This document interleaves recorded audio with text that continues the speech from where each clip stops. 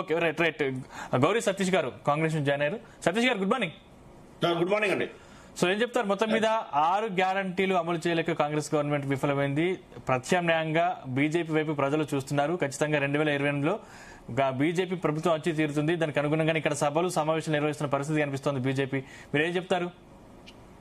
ముందుగా ప్యానెల్లో ఉన్నటువంటి పెద్దలకు, మిత్రులకు, అదే రకంగా జీటీవీ ప్రేక్షకులకు మీకు నమస్కారం తెలియజేస్తూ, తెలంగాణ రాష్ట్రం ఏర్పడిన తర్వాత 12 సంవత్సరాలు అయింది.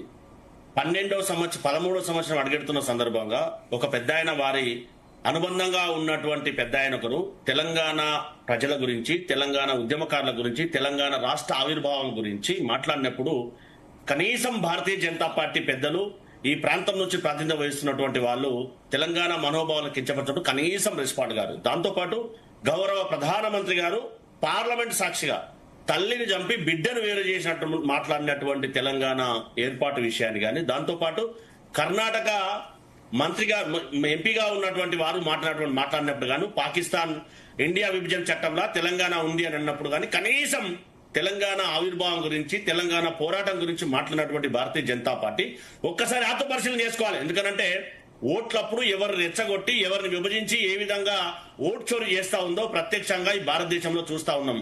దాంతో పాటుగా తెలంగాణ రాష్ట్రం విభజన హామీలు నెరవేర్చినందుక, లేకపోతే భారతదేశ ఆర్థిక వ్యవస్థను చక్కదిద్దినందుక, లేకపోతే ఇందాక బీఆర్ఎస్ పార్టీ చెప్పినట్టుగా, మిత్రులు చెప్పినట్టుగా సంవత్సరానికి 2 కోట్ల ఉద్యోగాలు ఇచ్చినందుక, లేదంటే జన్ధన్ అకౌంట్ లో 15 లక్షల రూపాయలు వేసినందుక, లేదంటే ఈ తెలంగాణ రాష్ట్రం భారతదేశంకి సమాంతరంగా ఒక 2వ రాజధానిగా అభివృద్ధి చెందినటువంటి హైదరాబాద్ ప్రాంతానికి కేంద్ర సంస్థలను ఏర్పాటు చేసినందుక, లేదంటే తెలంగాణ రాష్ట్రం ఏ రాష్ట్రం చేయనటువంటి ఏదైతే సమగ్ర కుటుంబ సర్వే చేసి ఇక్కడ 50% రిజర్వేషన్ కల్పించాలని చెప్పి బిల్లును కేంద్ర ప్రభుత్వానికి పంపి దాన్ని అమలు చేసినందుక భారతీయ జనతా పార్టీ ఒక్కసారి సమాధానం చెప్పాలి. దాంతో పాటుగా ఏవైతే గతంలో అధికారంలో వచ్చే ముందు మూడవసారి 400 సీట్ అని చెప్పారు.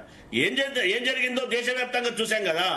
కాంగ్రెస్ పార్టీగా మేమేం చెప్తున్నామంటే, దేశంలో ఏదైతే సబ్బండ వర్గాలను, బీసీలను, భారతదేశంలో ఉన్నటువంటి అన్ని ప్రజలకు అందరికీ భారమయ్యే విధంగా వారు చేస్తున్నటువంటి నిర్ణయాలకు ఈ దేశంలో ఉన్నటువంటి ప్రజలు కానీ, రాష్ట్రంలో ఉన్నటువంటి ప్రజలు కానీ ఆశీర్వదిస్తారా? ఒక్కసారి ఆత్మపరిశీలన చేసుకోవాలి.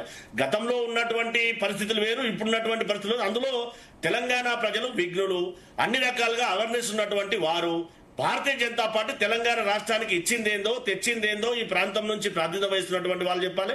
అది చెప్పకుండా ఏదైతే ఒక అబద్ధాన్ని 100 సార్లు చెప్తే నిజమైంది అన్నట్టుగా వాట్సాప్ యూనివర్సిటీలో వీసీలుగా ఉన్నటువంటి భారతీయ జనతా పార్టీ పెద్దలు ఆత్మపరిశీలన చేసుకోవాలి కదా.